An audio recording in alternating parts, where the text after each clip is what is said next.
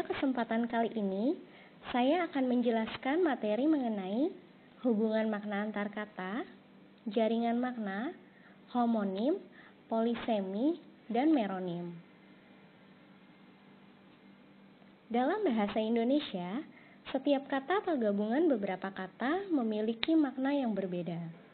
Makna ini tergantung pada pengucapan, penyusunan kata, atau penggunaan kata dalam suatu kalimat.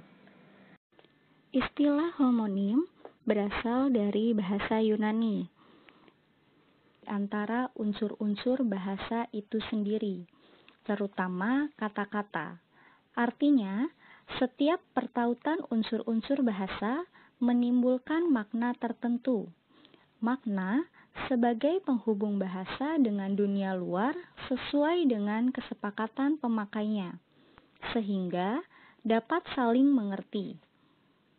Menurut Abdul Khair, relasi makna atau hubungan makna terbagi atas 7 jenis, yaitu 1.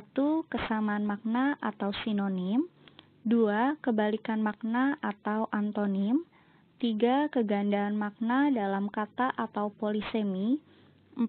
Ketercakupan makna atau hiponim dan hipernim, 5. Kelainan makna atau homonim, homofon, dan homograf, 6. Kelebihan makna atau redundansi, dan 7. Kegandaan makna dalam frase atau kalimat atau yang disebut ambiguitas. Pendapat lain dari Sujito menyebutkan bahwa relasi makna atau hubungan makna terbagi atas 5 jenis, yaitu 1. Sinonim, 2. Antonim, 3. Homonim, 4. Polisemi, dan 5. Hiponim. Sedangkan yang dimaksud jaringan makna ialah seperangkat unsur leksikal yang maknanya saling berhubungan. Banyak unsur leksikal dalam satu medan makna, antara bahasa yang satu dengan bahasa yang lain tidak sama besarnya. Dari beberapa macam hubungan antar makna, pada kesempatan kali ini saya akan bahas mengenai homonim, polisemi, dan meronim. Homonim dan polisemi seringkali dianggap sama. Benarkah begitu? Begini penjelasannya.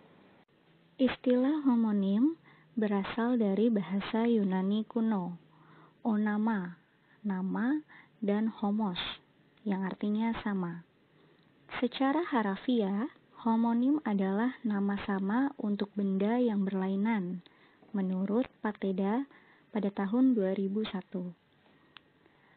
Lalu menurut Sudaryat pada tahun 2008, homonim adalah kata-kata yang bentuk atau bunyinya sama atau mirip dengan benda lain, tetapi maknanya berbeda. Menurut Parera pada tahun 2004, mengungkapkan bahwa homonim adalah dua ujaran dalam bentuk kata yang sama lafalnya dan atau sama ejaannya atau tulisannya.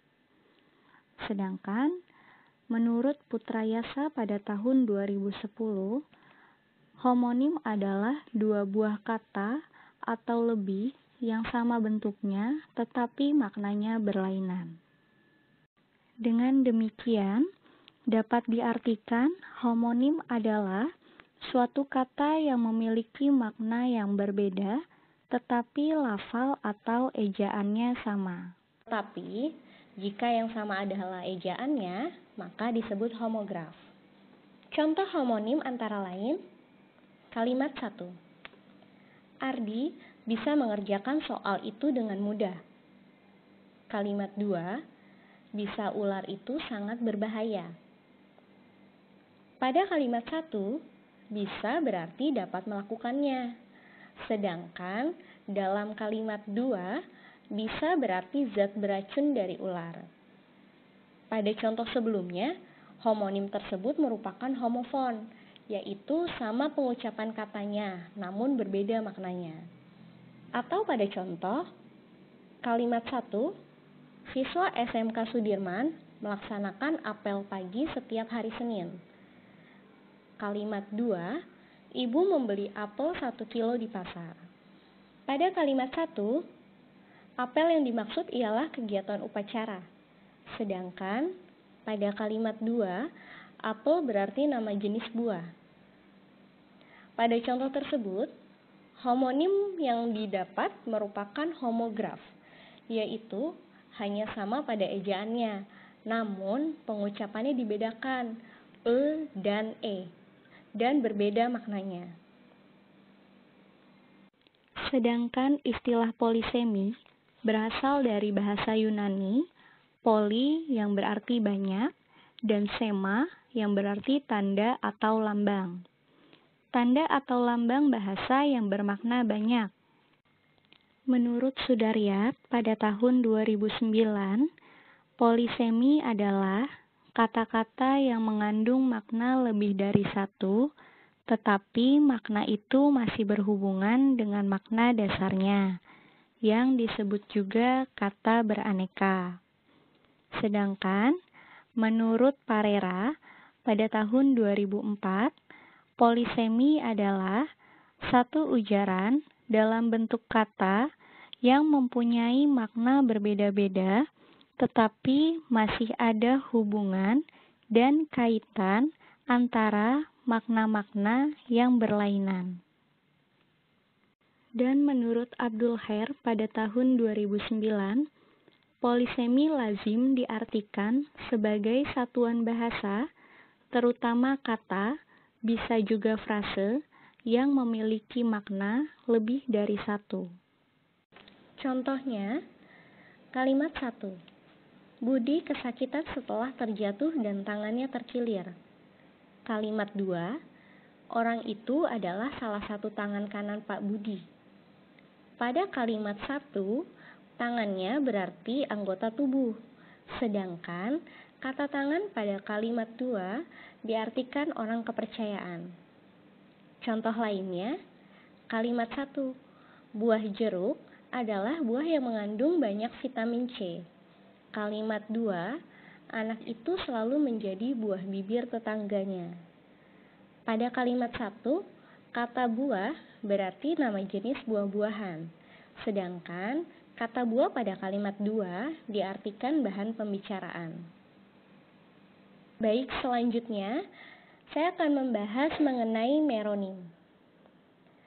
Meronim atau bagian kata adalah relasi makna yang memiliki kemiripan dengan hiponim, karena relasi maknanya bersifat hierarki, namun tidak menyiratkan pelibatan searah, tetapi merupakan relasi makna sebagian dengan keseluruhan yang disebut holonim. Contohnya, jari. Jari adalah meronim dari tangan. Tangan adalah meronim dari tubuh. Lalu, contoh lainnya adalah atap. Atap bermeronimi dengan rumah. Mengapa demikian? Tangan dianggap sebagai holonim atau keseluruhan. Sedangkan bagian dari tangan adalah jari yang disebut meronim. Tubuh disebut holonim atau bagian keseluruhan. Sedangkan tangan adalah bagian tubuh yang disebut meronim. Dan pada rumah adalah keseluruhan yang disebut holonim. Sedangkan atapnya disebut meronim dari rumah. Sekian penjelasan dari saya mengenai hubungan antar makna, jaringan makna, homonim, polisemi, dan meronim.